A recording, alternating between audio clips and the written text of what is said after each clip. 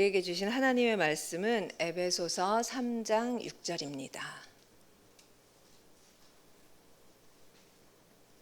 찾으셨으면 함께 읽으시겠습니다.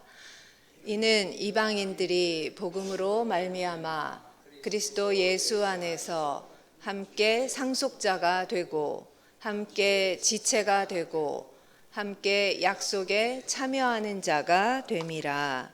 아멘. 할렐루야. 네, 오늘도 새벽 예배 자리에 나오신 우리 성도님들을 사랑하고 축복합니다. 옆에 계신 분들과 평화 인사 나누시겠습니다. 평화를 빕니다. 평화를 빕니다. 저희가 이렇게 아침마다 옆에 계신 우리 성도님들을 보면서 얼굴을 마주하면서 평화의 인사를 합니다. 이 평화의 인사를 나누시는데 여러분은 실제로 삶 가운데서 평화라는 단어에 얼마나 큰 가치를 두고 계십니까? 전쟁을 겪은 세대가 느끼는 평화라는 단어랑 전쟁을 한 번도 겪어보지 못한 세대가 느끼는 그 평화라는 단어는 아마 차원이 다를 것입니다. 차원이 다른 간절함과 무게를 가지고 있을 것입니다. 세계가 두 편으로 나뉘어서 싸웠던 두 차례의 세계대전이 있었습니다. 그 세계대전을 통해서 우리가 스스로 인간이 정말 대단하다. 인간의 이성과 그 인간의 지성을 신뢰해 왔었는데 그것들이 얼마나 야만적이고 또 신뢰할 수 없는 것인지를 이미 경험한 바 있습니다. 우리나라도 전쟁을 겪었죠. 6.25 전쟁이라는 아픔을 겪은 바 있고 전쟁을 경험했던 세대들은 여전히 아픈 트라우마를 가지고 있습니다. 그런데 이렇게 세상이 발전했으니까 더 이상은 전쟁이 없을 줄만 알았는데 최근에 너무나 많은 전쟁이 세계 곳곳에서 벌어지고 있습니다. 러시아와 우크라이나, 또 하마스와 이스라엘, 얼마 전엔 태국과 캄보디아의 교전으로 많은 사람들이 생명을 잃고 삶의 터전이 무너졌습니다. 전쟁은 그 뚜껑이 열리는 순간 인간의 숨겨왔던 죄성과 야만적인 본성이 어김없이 튀어나오는 판도라의 상자와 같습니다.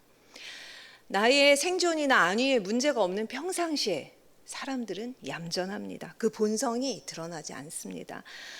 하지만 아무리 학식이 높고 고상한 취미를 가지고 있는 사람이라도 자신이 위급해지는 순간이 오면 인간의 본성은 자신을 위해서 타인을 희생시킵니다. 인류 역사상 숭고하게 자신을 버려서 다른 사람의 생명을 살린 사람들이 있기는 하지만 전체 인구에 비하면 극소수에 지나지 않습니다. 대부분의 사람들은 인간을 위해서, 하나님을 배신한 인간을 위해서 자기의 목숨을 기꺼이 버리신 예수님과는 정반대의 위치에 놓여져 있는 것입니다. 이뿐만이 아닙니다. 국내적으로도 평화로운 일상이 얼마나 감사한 일인지를 계속해서 매 순간 깨닫게 됩니다. 얼마 전에 20대 젊은 부부가 아기의 양육 문제로 말다툼을 벌이다가 남편이 집에 방화를 시도한 사건이 있었습니다. 또 아버지가 불만을 품고 사제로 총을 만들어서 아들을 쏘아서 죽인 일도 뉴스에 나왔습니다. 또 정치적, 경제적으로는 양극화가 심해져서 한 나라, 한 민족인데도 불구하고 나와 너, 우리가 아니라 나와 너 사이에 높은 담장이 생기고 그 담장의 양쪽에서 서로 대립하는 일들이 심화되고 있습니다. 국내외적으로 이러한 사회 현상이 심화되어서 그런지 이번 교단에서 내놓은 여름 성경학교의 주제가 예수님과 함께 다시 생명, 평화라는 것이 되었습니다. 예수님의 말씀을 살펴보면서 그리스도인이 된다는 것이 무엇인지 이번 여름 성경학교를 통해서 우리 아이들에게 알리기를 원합니다. 나의 생명만이 아니라 우리 모두의 생명이 얼마나 중요한지를 마음에 새기고 나와 너 사이에 막힌 담을 헐어서 이 땅 가운데 아직도 온전하게 세워지지 않은 그 평화의 나라를 세우는 일이 그리스도인의 사명이라는 것을 우리 아이들과 함께 말씀과 놀이를 통해서 배우기를 소망합니다. 이런 귀한 여름 성경학교가 될 수 있도록 기도해 주시기 바랍니다. 제가 이렇게 처음부터 평화의 이야기를 길게 늘어놓는 이유는 오늘 함께 나눌 에베소서의 말씀을 묵상하면서 그리스도가 전하고자 했던 그 복음의 비밀이 평화가 아니었을까라는 생각을 했기 때문입니다. 평화란 무엇입니까? 우리가 알고 있는 평화는 전쟁이 없는 상태를 말합니다. 하지만 더 근본적으로는 나와 너가 하나가 되어서 그 막힌 담을 헐고 나와 너가 우리로 연결되는 그 상태를 평화라고 말할 수 있는 것입니다. 하나님의 나라가 바로 이런 평화의 나라입니다. 우리가 되는, 싸우지 않는, 대립하지 않는, 갈등과 미움이 없는 그런 나라를 만드는 것이 모든 그리스도인의 사명인 것입니다. 그래서 평화는 내가 가지고 있는 귀한 것을 내 안에 가두는 것이 아니라 남과 함께, 타인과 함께 나누는 것입니다. 타인을 위해서 나의 귀한 것을, 귀한 권리를 때로는 내려놓기도 해야 하는 것입니다.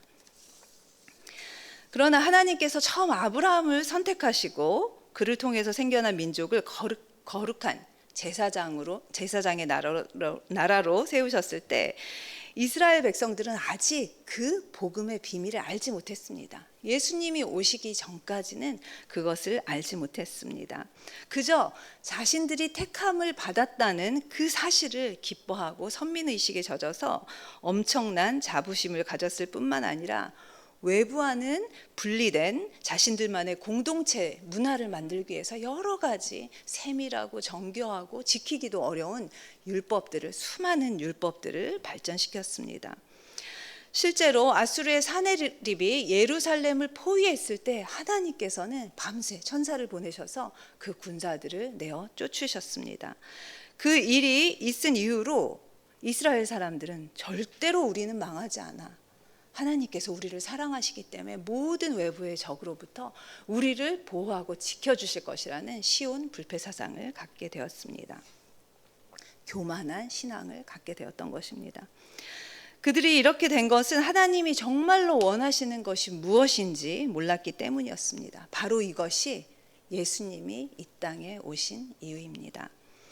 하나님께서 이스라엘을 선택하신 이유는 그들이 선택받을 만큼 훌륭해서가 아니었습니다. 그러니 그들은 선민의식을 가져서는 안 되었죠. 겸손함을 가지고 있었어야 했습니다. 지금은 유대인들이 세계적으로 돈도 많고 성공하고 똑똑한 사람들, 똑똑한 민족인 것으로 유명합니다. 하지만 고대 중동에서 이스라엘은 강대국의 틈바구니에 갇혀있는 아무 힘이 없는 참으로 작고 보잘것없는 그런 나라였습니다. 하나님은 왜 이런 이스라엘을 선택하셨던 것일까요? 왜 이스라엘 통해서 어떤 귀한 일을 하고 싶어 하셨던 것이었을까요? 고린도전서 1장 27절에서 29절 화면에서 함께 보시고 함께 읽으시겠습니다. 하나님께서 세상에 미련한 것들을 택하사 지혜 있는 자들을 부끄럽게 하려 하시고 세상에 약한 것들을 택하사 강한 것들을 부끄럽게 하려 하시며 세상에 천한 것들과 멸시받는 것들과 없는 것들을 택하사 있는 것들을 패하려 하시나니 이는 아무 육체도 하나님 앞에서 자랑하지 못하게 하려 하심이라. 아멘. 만약 하나님께서 이스라엘이 아니라 그 당시에 강대국이었던 이집트, 바벨론, 페르시아 이런 나라를 선택하셨다면 어떻게 되었을까요? 그 나라들은 자신이 강하기 때문에 승리했다고 생각했을 것입니다. 하나님의 능력이 아니라 나의 능력이라고 아마 착각에 빠졌을 것입니다. 그러나 내세울 것이 없는 자신의 존재가 얼마나 미미한지를 아는 사람들을 통하셔서 하나님의 능력을 드러낼 때 그 사람들은 이것은 나의 능력이 아닙니다. 나는 할 수 없는 일이었습니다. 이런 고백을 하게 되어 있습니다. 하나님께서 늘 미련하고 약하고 천하고 멸시받는 자들을 통하여서 하나님의 능력을 보이시는 이유가 바로 이 때문입니다. 그렇다면 하나님은 이제 이스라엘을 선택하셨는데 도대체 최종적으로는 무엇을 하시고 싶으셨던 것일까요? 예수님께서 그 하나님의 계획을 온전히 알고 계신 분이셨습니다. 예수님이 이 땅에 오시면서 그 하나님의 그 최종 계획이 서서히 드러나기 시작했습니다. 유대인들은 어땠습니까? 하나님을 사랑한다는 명목으로 자신들이 이방인과 얼마나 질적으로 다른 사람인지 율법을 통해서 보여주기를 원했습니다.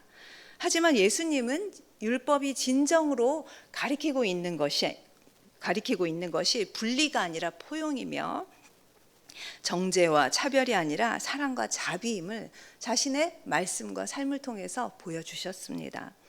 그리고 그 비밀을 누구에게 알려주셨죠? 유대인 중에 유대인, 정통 유대인이고 바리새인 중에 바리새인이었던 바울에게 그 복음의 비밀을 알려주셨습니다. 6절과 7절을 함께 읽어보시겠습니다. 이는 이방인들이 복음으로 말미암아 그리스도 예수 안에서 함께 상속자가 되고 함께 지체가 되고 함께 약속에 참여하는 자가 됨이라. 이 복음을 위하여 그의 능력이 역사하시는 대로 내게 주신 하나님의 은혜의 선물을 따라 내가 일꾼이 되었노라. 아멘. 바울은 원래 이런 계획이 없었던 사람입니다. 다메섹 도상에서 예수님을 만난 이후, 정말 강권적인 그 선택을 당한 이후 완전히 삶이 달라지게 된 것입니다. 그리고 그 이후부터 하나님께서 정말 원하시는 것이 무엇인지, 그리스도가 전하려고 했던 그 복음의 비밀이 무엇인지 알게 되었습니다.